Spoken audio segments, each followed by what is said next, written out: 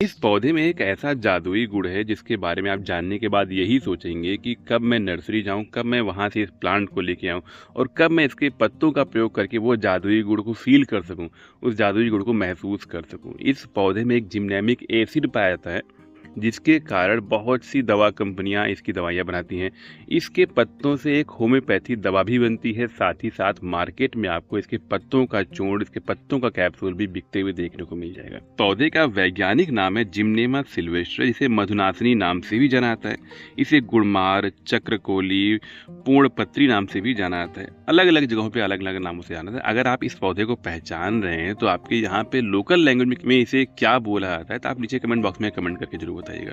पहचान बता दे रहा हूँ, एक तो ये लतानुमा पौधा होता है, पहचाना थोड़ा सा मुश्किल हो सकता है इसको। आपको इस तरह से पत्ते होते हैं, इसमें पीले रंग के फूल भी आते हैं। अभी मेरे पेड़ पे नहीं आए हुए, बहुत छोटे छोटे से पीले रंग के फूल आते हैं। मैं आपको दिखा दे रहा हूँ डिस्प्ले पे, इन्हीं से आप इनको पहचान सकते हैं। बाकी नर्सरी में जाएंगे बड़े आराम से आकर देखता हूँ मैं, हर नर्सरी में आपको मधुनासिनी या गुड़मार नाम से ये पौधा देखने को मिल जाएगा।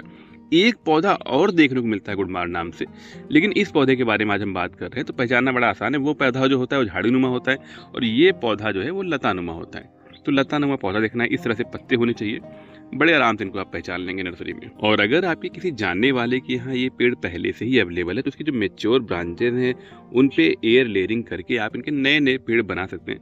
वहाँ से ला करके आप इन्हें गार्डन में लगा सकते हैं। ये प्लांट मेरा गार्डन में, मेरे पॉट में लगा हुआ है और काफी झाड़ीनुमा, काफी हेल्दी प्लांट है ये। हम इस पौधे के उस जादुई गुण के बारे में बात कर लेते हैं जिसके बारे में मैं शुरुआत में बात कर रहा था। करना सिर्फ इतना है कि इसके एक पत्ते को तोड़ना है, एक पत्ते को अच्छे से धुल के उसके बाद कुछ देर तक चबाना है। लगभग 1 मिनट चबाने के बाद इसे थूक दीजिए, कोई दिक्कत नहीं। लेकिन उसके बाद लगभग 1 से 2 घंटे आपको किसी भी तरह की मिठास महसूस नहीं होगी।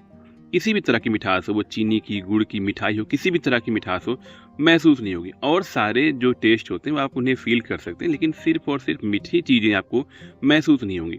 आप चीनी खाएंगे लगेगा आप पत्थर चबा रहे हैं, बालू चबा रहे हैं। तो अगर आप ऐसे हैं जिनको चीनी छोड़ना है, मिठास छोड़नी है, मीठी चीज़ें छोड़नी है, शुगर के रोगी हैं लेकिन आप छोड़ नहीं पाते, तो आपको सिर्फ इतना करना है कि आप सुबह जब भी आपको इसकी क्रेविंग हो, मीठे की क्रेविंग हो, आपको इसका एक पत्ता चबाना है, कुछ देर तक चबा करके थूक देना है। जब भी हमारे घर में कोई मेहमान आता है और ये बोलता है कुछ ऐसा जादुई पेड़ दिखाओ, तो मैं उसको इसके पत्ते जरूर चबाता हूँ। उसके बाद मैं उसको कुछ भी मीठी चीज़ खाने को देता हूँ, उसे मिठास बिल्कुल भी महसूस नहीं होती है।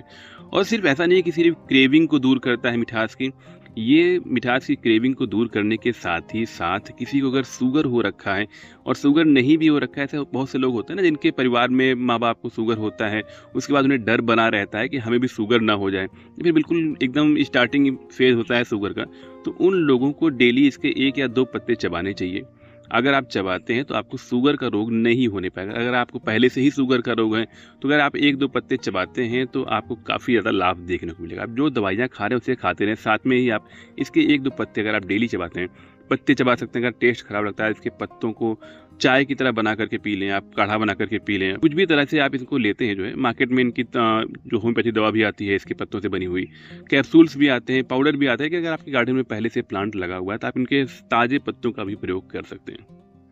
ये पत्ता चबाने के बाद आपका इंसुलिन लेवल मेंटेन रहेगा। अगर आपका इंसुलिन कम है तो उसे बढ़ाएगा।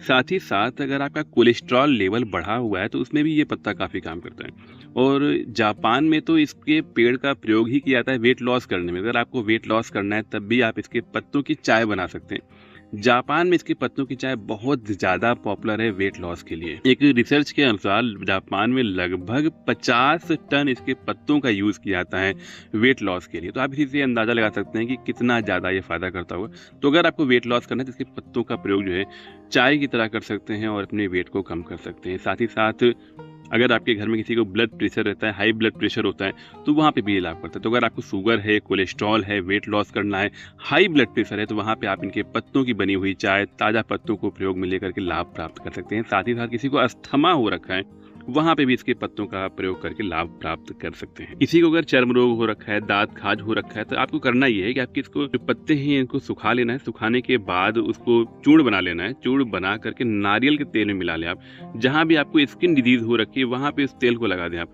बहुत ज़्यादा लाभ देखने को मिलेगा। आपको किसी तरह की एलर्जी हो रखी है, उसमें भी आप इसके पत्तों का प्रयोग कर सकते हैं। आपको चोट लग रखी है तो वहाँ पे भी आप इसके पत्तों का रस निकाल करके लगाते हैं तो आपको लाभ देखने को मिलेगा। जिन बच्चों की इम्यूनिटी कमज़ोर होती है उनको भी आप इनके पत्तों का 1 हफ्ते प्रयोग करा के देख लें, आपको उसमें भी लाभ देखने को मिलेगा। अगर किसी को अर्थराइटिस की समस्या है तो अर्थराइटिस की समस्या में भी इनके पत्तों से बनी हुई चाय से आप लाभ प्राप्त कर सकते हैं। आपको अपच की समस्या बनी रहती है तो वहाँ पे भी आप इसके पत्तों की बनी हुई चाय का प्रयोग करते हैं तो आपको लाभ देखने को मिलेगा। महिलाओं में जो पीसीओडी की समस्या देखने को मिलती है वहाँ पे भी इसके पत्तों के प्रयोग से आपको लाभ प्राप्त हो सकता है। नर्सरी में ये पौधा मुझे 50 रुपए से लेकर के 250-300 रुपए तक बिकते हुए देखने को मिला है। आपकी नज़दीकी नर्सरी में जाएं, वहाँ से इस पौधे को परचेज करें, जिस भी रेट में मिलता है अपने गार्डन में इसे जरूर लगाएं। अगर आपके घर में कोई भी शुगर का रोगी है या फिर आपको बार बार मीठे की क्रेविंग होती है तो आप इस पौधे को अपने गार्डन में जरूर लगाएं, आपको लाभ मिलेगा। आपका एक्सपीरियंस कैसा रहा इस वीडियो में आप नीचे कमेंट बॉक्स में कमेंट करके जरूर बताइएगा। वीडियो को लाइक जरूर करिएगा। फिर मिलते हैं किसी नए वीडियो में नई जानकारी के साथ, तब तक के लिए goodbye and take care.